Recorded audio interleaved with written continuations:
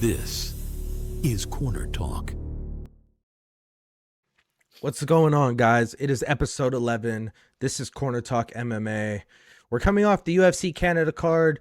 There was some banger fights. There was some sad results. And other than that, it's been a good week. How's your week going, bro?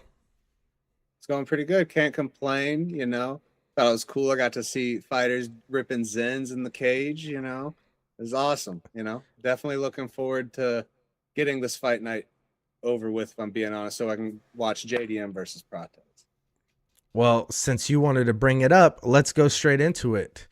So this past Saturday in Winnipeg, there was some controversy. Some people noticed that Jasmine Jasdavicius had some foreign object in her mouth. I don't know.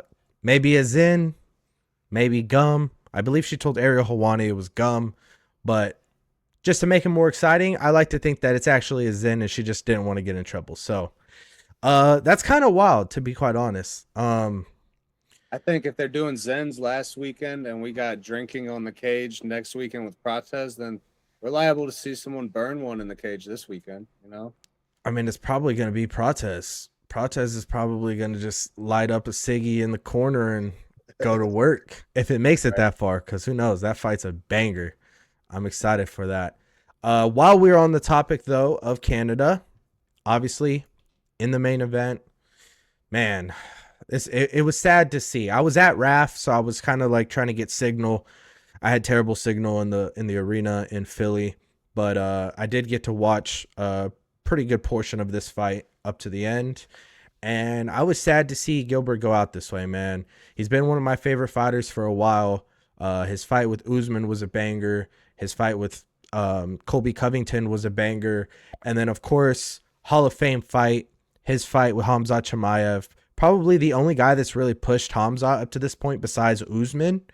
It was pretty sad to see him go out this way, but nothing but respect for the guy. I know he said he wants to be a manager now that he's going to no longer be fighting. Hopefully we see him in UFC BJJ. I think that's a perfect route for him to transition to. And I got a lot of love for the guy, so I wish him nothing but the best. How did you feel about it? I mean, I said I had mentioned with Chiesa how his send-off, I was like, I don't feel like it's as good as he deserves. And that's just because whenever it gives me perspective of guys like Doreen, retiring, it's like you look at his resume, he's like he had 5 L's in a row, but it's like these are against dogs. These are against dogs. And he's like looked incredible the whole time. And it's just like I hate whenever guys like him can't get that kind of. It's like, man, why can't he get his flowers like that? I don't know. That's just the game. But, I'm bitter about it. Yeah, I think the difference here is just that he wasn't very vocal about the fact that this was going to be his last fight. So I think it was just more of a... He may have made this decision beforehand, and he just didn't really tell many people, only his inner circle. So that's the only reason I would see the UFC, not having something prepped for him.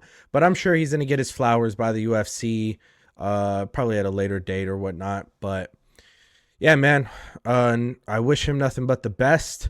Let's move on to this week's card. We have, if I can remove this, we have first fight of the night, Julia Pilastri versus Talita Alencar. I'm really looking forward to this fight because obviously this week I got the interview with Julia Pilastri. We talked about a lot of things, and I'm excited for this one because, Julia's takedown defense is really good. The only people who have taken her down in the UFC are, great wrestlers, people that are known to be high-level wrestlers. And one of the things that we talked about in the interview, which you could go check out on the YouTube page at this point, it was that Julia has good jiu-jitsu. She actually really enjoys working her jiu-jitsu, and she prefers to stand. She loves to throw elbows. She loves to throw knees. She has a heavy Muay Thai style. And one thing that we talked about is Talita's, suspect cardio.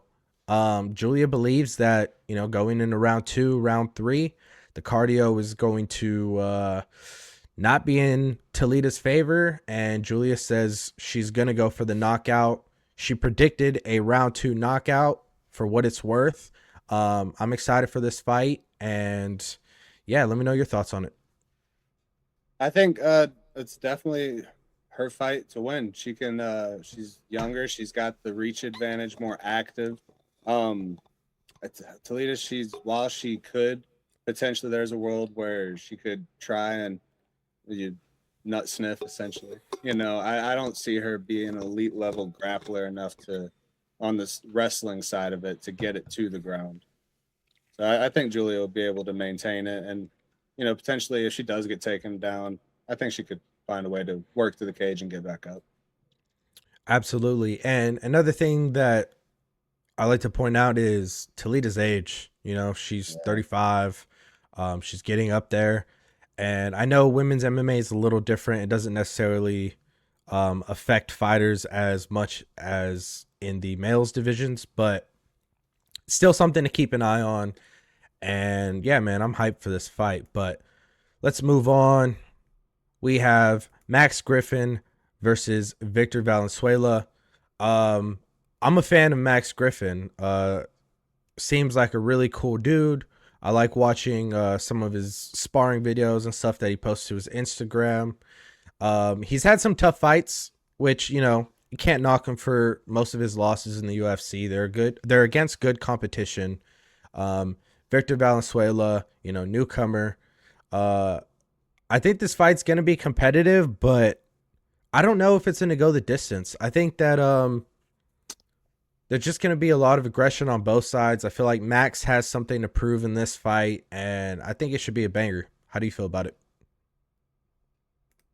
Uh, I think that Victor is dangerous on the feet, but I think that Max, with his experience, is gonna be able to mix it up enough. And he's grappling, I feel like, is his edge typically. So I feel like he'll lean that.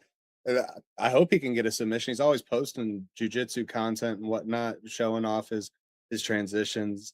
But yeah, I mean, I could see him etching out a decision also, Absolutely. or maybe My knocks his ear off.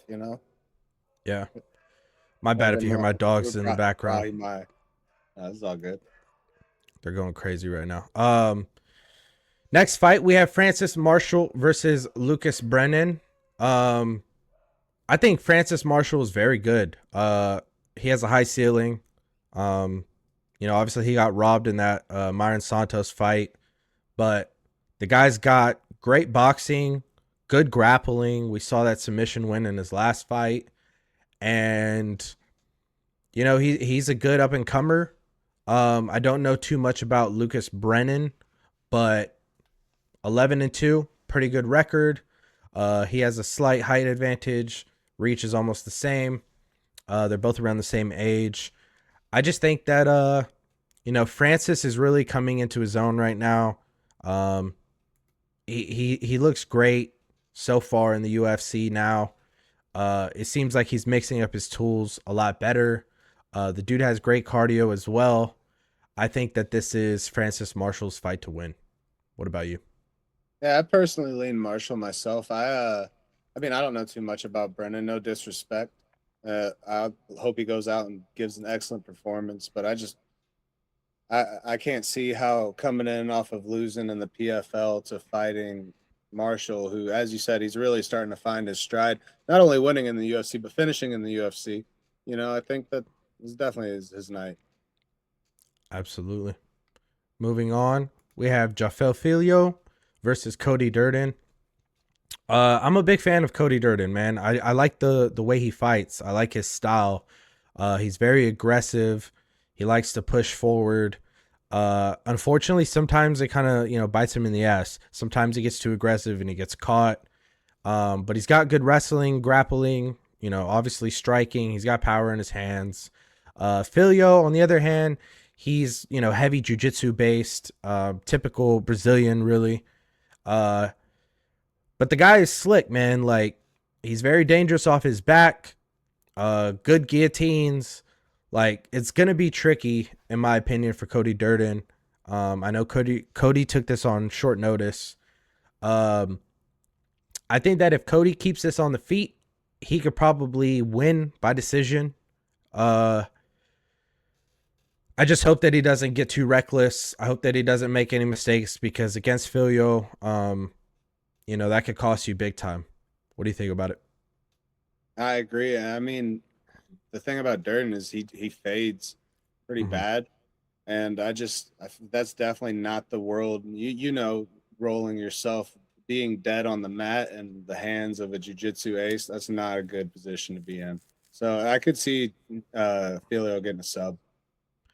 Yeah, and one thing about Cody Durden also is obviously he has a lot of you know, miles. Like the Yeah. All dude is respect. yeah, the dude has been in some wars. And that does kind of worry me a bit here. He's 35. Granted, Filio's Short notice. 32, but short notice. Um it's just It's the that. amount of the amount of wars that he's been in, like it's a bit concerning at this point now that he's getting a little older, but I wish him all the best. I hope Cody Durden gets the win, but it should be a good competitive fight, and I know Cody is going to make it entertaining. So I'm looking forward to that one. Moving on, we have Myro Bueno Silva versus Michelle Montague. Um, man, I was really high on Bueno Silva for a while. I thought that her jiu-jitsu is good. She's sneaky with her submissions. She throws nasty elbows and knees. She has like a similar Muay Thai style, kind of like Pilastri. The issue with Buena Silva though is I feel like at times, depending on the matchup, she kind of freezes and she doesn't throw the most volume, which is concerning, especially you know she has a couple of losses in a row now. Um, Michelle, she's new. She's 7-0. Uh, it's a tough spot. Based off experience, I would have to go with Bueno Silva, but I wouldn't be surprised if that low volume bites her again and she loses a decision. So I hope MBS gets the win, but I won't be surprised if Michelle pulls it off. How do you see this one going? So I mean, I think honestly, Silva kind of embodies mental like obstacles in fighting because she literally was fighting for the belt. That's was the start of this decline. Was her Mm-hmm. fighting for the belt, and then it's like she gave up on herself in that fight a little bit, and it just kind of it's like a trend that I hate for. I think that she's a big underdog and she is very live for an upset. She has the tools to do it.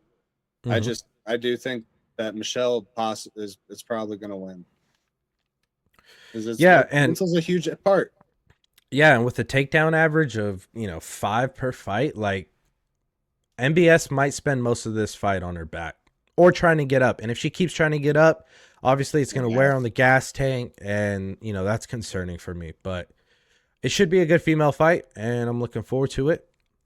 Next fight, we have Cedric Dumas versus Jackson McVeigh.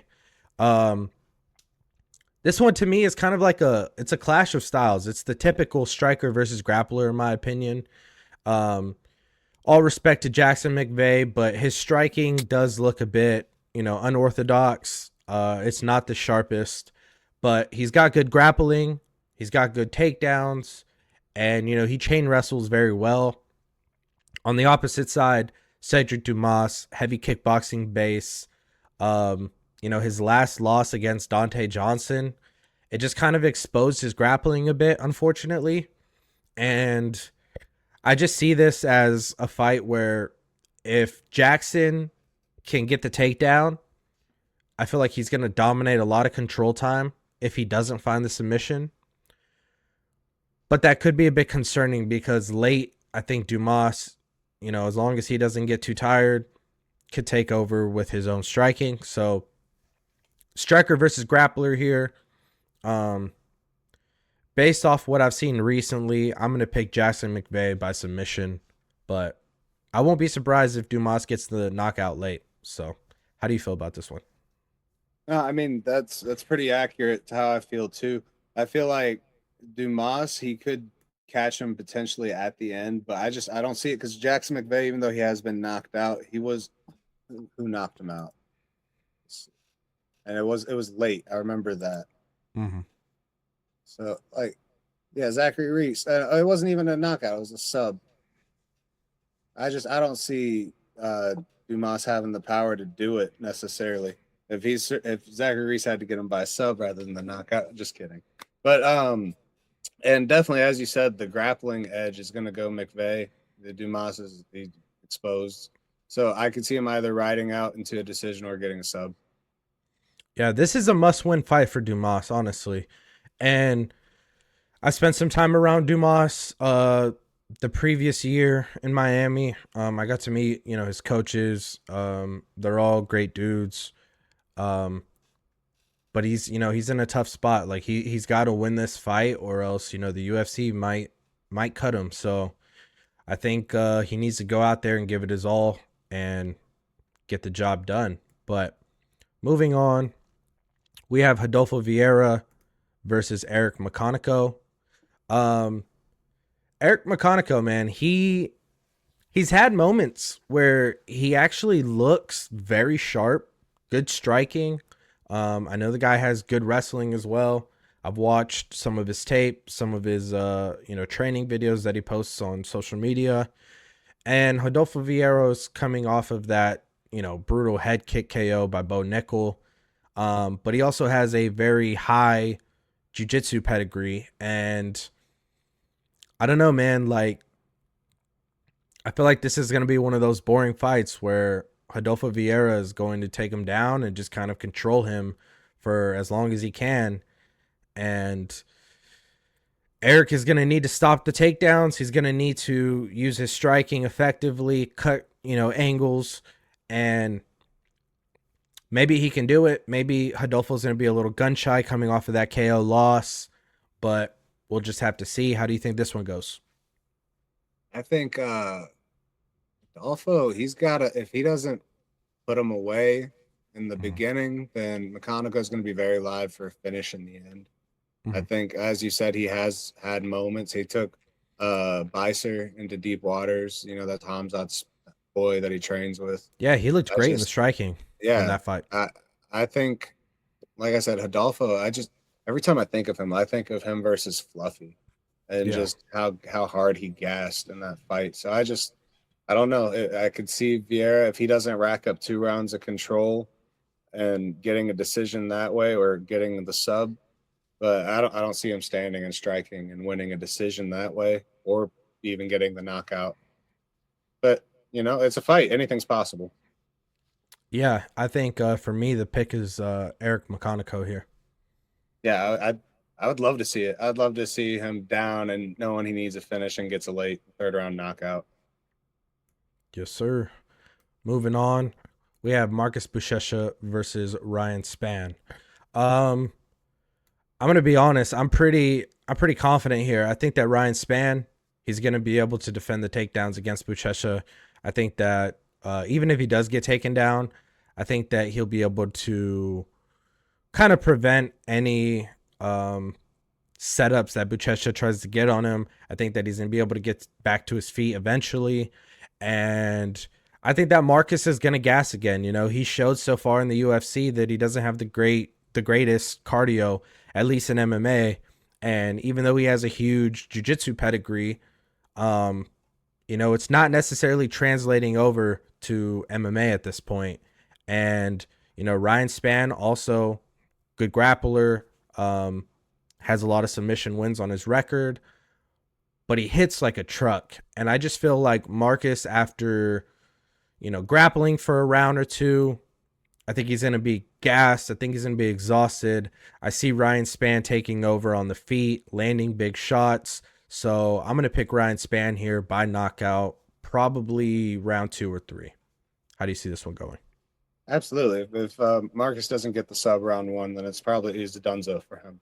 Because Ryan Spann, I could see him potentially getting in a world where he's even initiating his own grappling with him once he as I spoke about earlier, being dead, and grappling, that's not a world you want to be in. And Mhm. Ryan Spann is a big guy. They're bigger than him. They're both at heavyweight, so it's going to be very taxing. And Ryan Spann, he has way more experience in fighting. Marcus is very experienced in rolling and jujitsu and whatnot, and all the respect to him, but it's going to be a fight, and the Ryan Spann's a big dude trying to knock your block off. So Mhm. I think Spann's a sharp pick.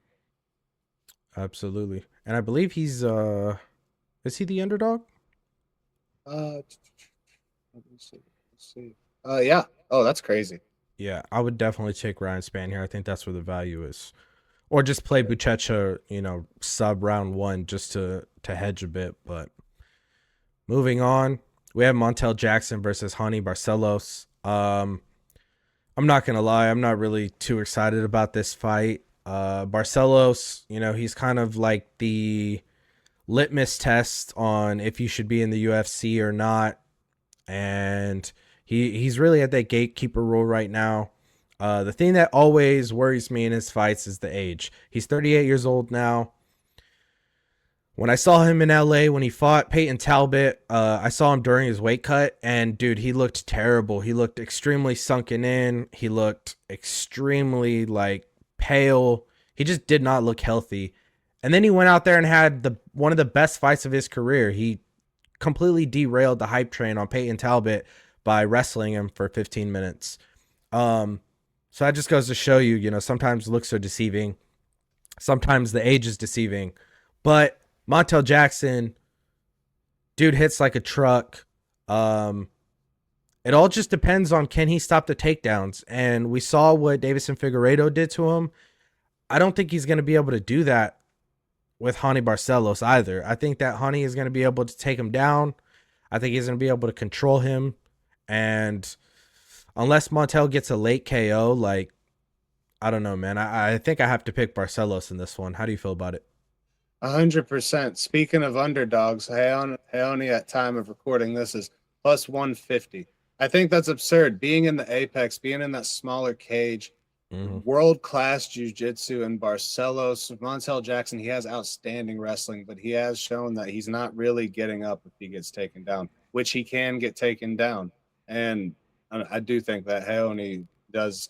The reason I wasn't excited, or whenever you had mentioned it, is you weren't excited, is because I feel like this is not going to be an exciting fight. Not that these aren't two good people, good Mm-hmm. fighters. Just I don't think this is probably a piss break. Like Yeah, I think you either take Barcelos decision or Montel Jackson by KO. I mean, obviously significant reach advantage, 8 inches, but I don't know. I just think that Barcelos is gonna wrestle him again for 15 minutes, but we will have to see. Moving on. I'm excited about this fight. We have Davy Grant versus Adrian Luna Martinetti. Martinetti is the guy that fought Mark Vlogden in Contender Series. They had an absolute war. They both got signed to the UFC.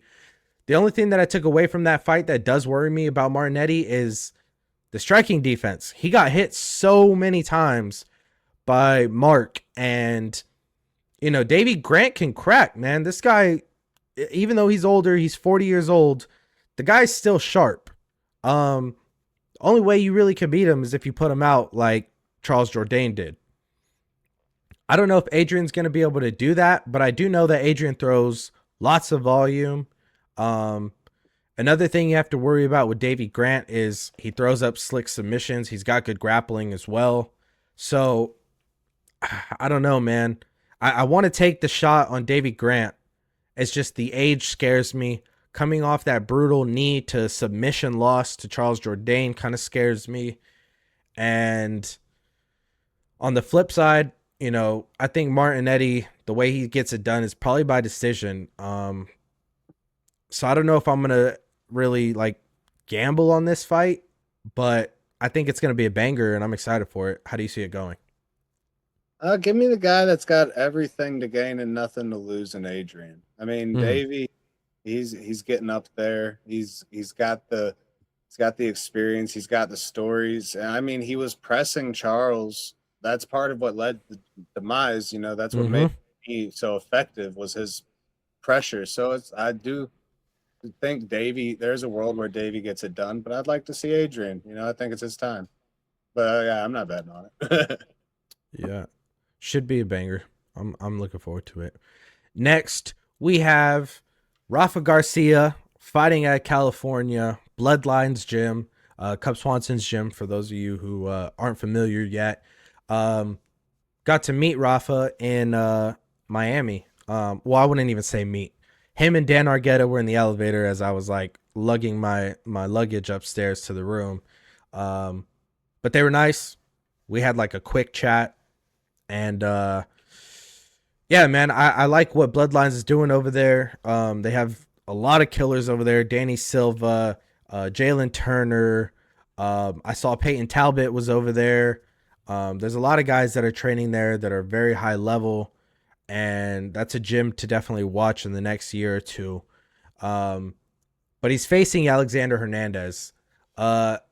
Alexander Hernandez, man, he's hard to read for me because he has fights where he looks like a real contender. Like the guy's striking is good. He's got good wrestling. But it's like every time he's about to take a step up and move, into the rankings or, fight a higher level opponent, he loses the fight. And then he gets, some guys that are, a little lower level. Then he looks like a world beater against them. So I think, yeah, I don't know, man. It's hard to really pick a side for me in this one, but I got lots of love for my Californians. I got lots of love for Bloodlines, so I'm gonna pick Rafa Garcia. I hope he goes out there and gets it done. What do you think about this fight? I think as you were very correct about missteps in his career. I feel like he almost took a misstep in the Michael Johnson fight. I'm glad that fight, for what I heard about a hand injury is true, and he was about to go fight, and that's why the odds changed and all that. But I'm glad that he didn't take that fight because he probably would have lost and he probably would have had some big mental issue, and like he did earlier in his career where he was having a lot of losses. But I think that he's really starting to hit his rhythm. I think I love his how active his footwork is and how he manages the void. He says it himself. He'll create dead space and kill him in it. That's how he's been able to string together these knockouts. I think that he's live for a knockout against Rafa Garcia. I like Rafa. He's definitely able to switch up and do what he needs to win his fights. But I think this is Hernandez's night. Yeah. So I actually watched something with him recently. It was an interview he did with I don't remember who it was, but he did an interview with somebody like last week, and he actually said there was no injury. There was nothing really? there was nothing going on with him for that fight. Apparently, like the feds just came in and told him that the fight was canceled because there was suspicious activity, and they ended up having to do like a full investigation, but nothing was ever wrong with Alexander Hernandez. On So his end. Huh. yeah, That's interesting. yeah. So it is odd that happened, but obviously they moved on. They gave Michael Johnson a different fight, and now they gave Alexander Hernandez a Fighting different fight. activity. Yeah. So who knows? But I'm rooting for Rafa. Moving on, we have Norma Dumont versus Jocelyn Edwards. I'm excited for this fight because I'm a huge Jocelyn Edwards fan, but I'm also a huge Norma Dumont fan. I think both of these girls are extremely talented. They both have great striking. Jocelyn is on a tear right now. She has multiple finishes in a row. I just think that Norma is slightly better than Jocelyn Edwards. Like, I don't think there's a huge gap in skill here, but I just think that Norma Dumont maybe puts it together a bit better. And sometimes, when a fighter's on a tear, getting lots of finishes in a row, they gain this confidence that can definitely help them in the fight. But sometimes it can also hurt them because, like, if you get used to cracking people and knocking them out constantly, or, really good grappling, and you think you can submit everybody, sometimes it puts you in this mindset where you're like one track minded. You're just trying to do what you did in your last fight.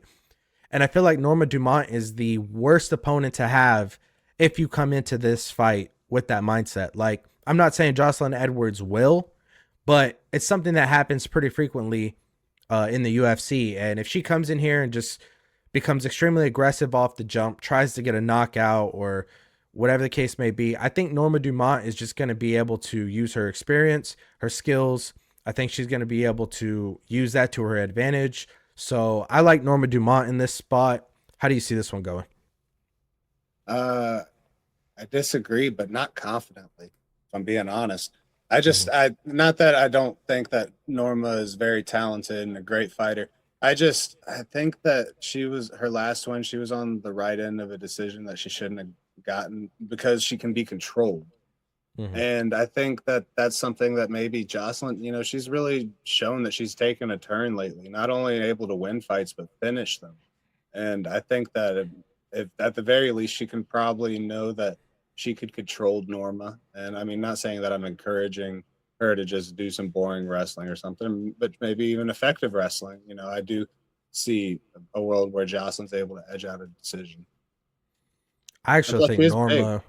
I think Norma is the better wrestler here, better Okay. grappler.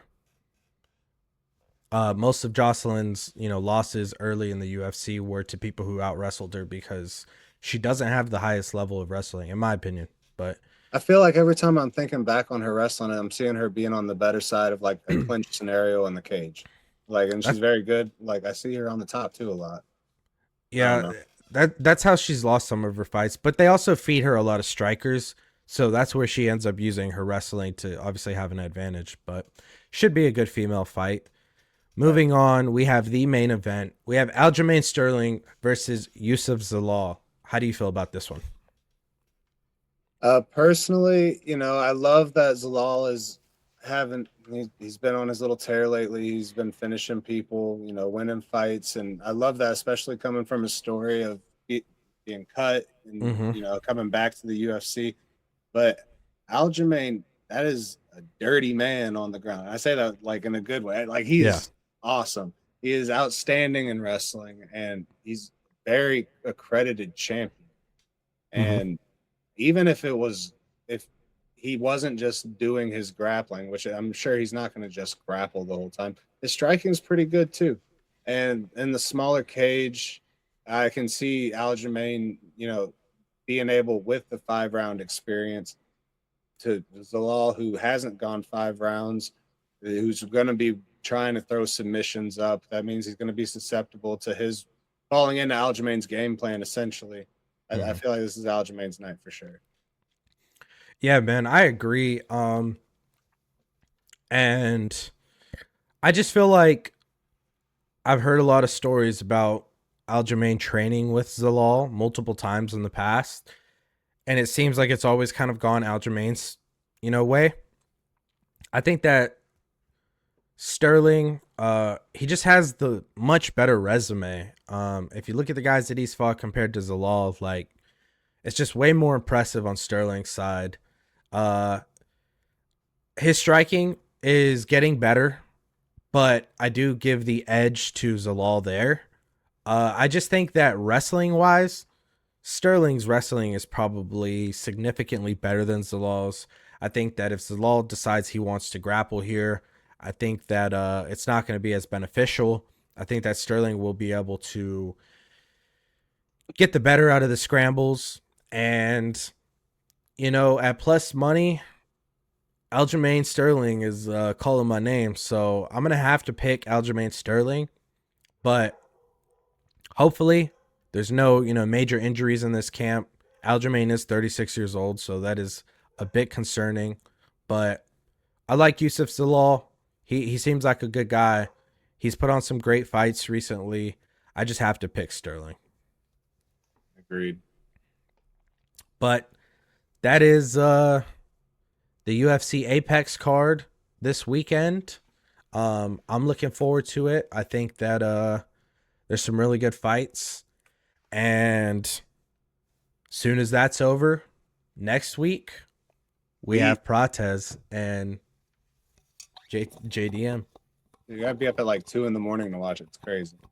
Yeah, that kind of sucks. It doesn't suck as bad for people on the East Coast, but man, the West Coast, that shit starts at 1 a.m.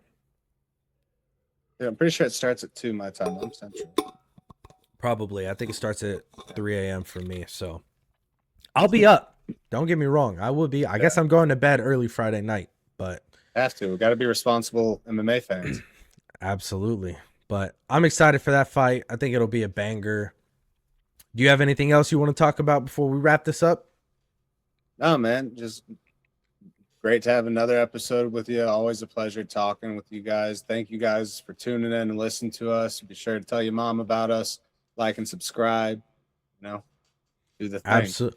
Absolutely. We appreciate you guys that, come back every week to watch us talk for about an hour, 45 minutes, whatever the episode is.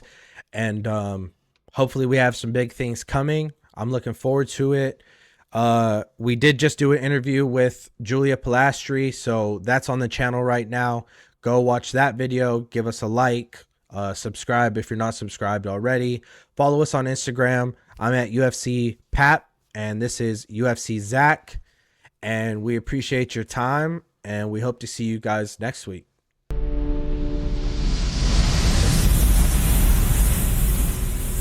This is Corner Talk.